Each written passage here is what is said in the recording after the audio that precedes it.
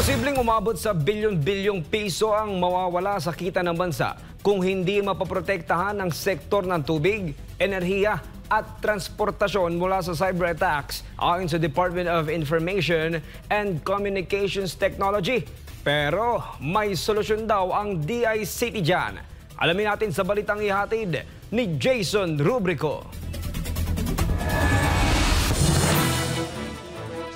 Mahigit 300 individual mula sa iba't ibang ahensya ng gobyerno, mga lokal na pamahalaan, mga universidad at kolehiyo at pribadong sektor ang nagtipon-tipon sa ikalawang Computer Emergency Response Team o CERT Conference ng Department of Information and Communications Technology nitong Lunes sa Quezon City. Isa ang kanilang layunin, ang pag-usapan ang mga estratehiya para labanan ang iba't ibang klase ng cyber attacks. Ayon sa DICT, isa sa mga numero unong issue na nakikita nilang problema ay ang info stealers o yung mga magnanakaw ng mga mahalaga at sensitibong impormasyon.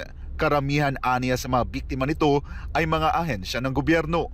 Napapansin namin that most government agencies have been affected by a malware that steals information, including passwords and usernames. Sa government emergency systems, we are seeing a lot of threats and most of these are actually pare-pareho ng behavior and pattern. That's what we want to share today.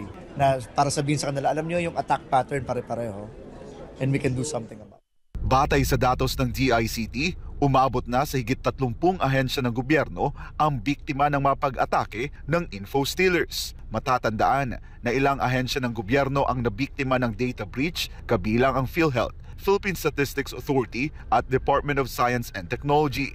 Biktima naman ng hacking ang website ng House of Representatives. Tinangkaring i-hack ang websites ng Philippine Coast Guard, DICT, Department of Justice at maging ang kay Pangulong Ferdinand Marcos Jr.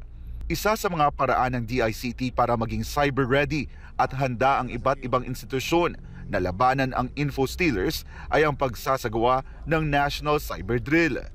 The National Cyber Security Drill will have phishing exercises to train our government agencies and our critical information infrastructure sectors as well on what does it look like, how does an info stealer work, how are they being transported, usually through phishing attempts. And we also have exercises or tabletop exercises focusing on advanced persistent threats that we are monitoring. Tinututukan din ng Department of Information and Communications Technology ang pagpapalakas sa cybersecurity, lalo na ang pagprotekta sa mga kritikal na information structure ng mga sektor ng tubig, enerhiya at transportasyon, gaya na lamang ng airline management system ng mga paliparan na kung mabibiktima ng cyber attack ay posibleng aabot sa bilyong-bilyong piso ang mawawala sa ekonomiya ng bansa ayon sa DICT.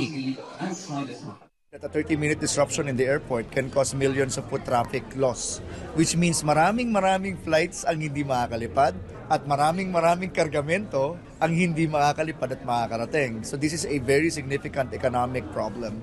And that's why we have to be ready. For airports alone, when we're talking about like 30 minutes of disruption, that's already billions in pesos. Sa ngayon ay wala pa namang umanong na monitor ang DICT ng mga banta sa cybersecurity sa mga paliparan. Pero anila, mas mabuti na raw na handa. Sa darating na Disyembre, magsasagawa rin ang DICT ng cyber drill sa maritime sector na nakatutok sa marine operations gaya ng shipping lines. Para sa Diyos at sa Pilipinas kumahal, ako si Jason Rubrico, SMNI News.